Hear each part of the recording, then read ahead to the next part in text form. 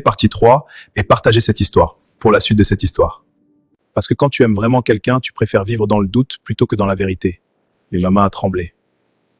Et ce jour, elle était chez moi, Cynthia prenait sa douche et son téléphone vibrait. Encore, je ne voulais pas regarder. Le jour où j'ai ouvert son téléphone, j'ai compris que toute ma vie était un mensonge. Et j'ai regardé des messages, des photos, des promesses, de mon amour qui n'était pas pour moi. À cet instant, j'ai senti ma poitrine se serrer. J'avais mal, très mal. Quand elle est sortie, elle a vu mon visage. Elle a compris. Samuel, pardon. Depuis quand tu me trompes?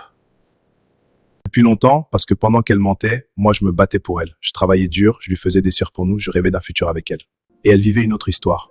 Je lui ai rappelé tout. Les cadeaux, les sacrifices, mais les moments difficiles.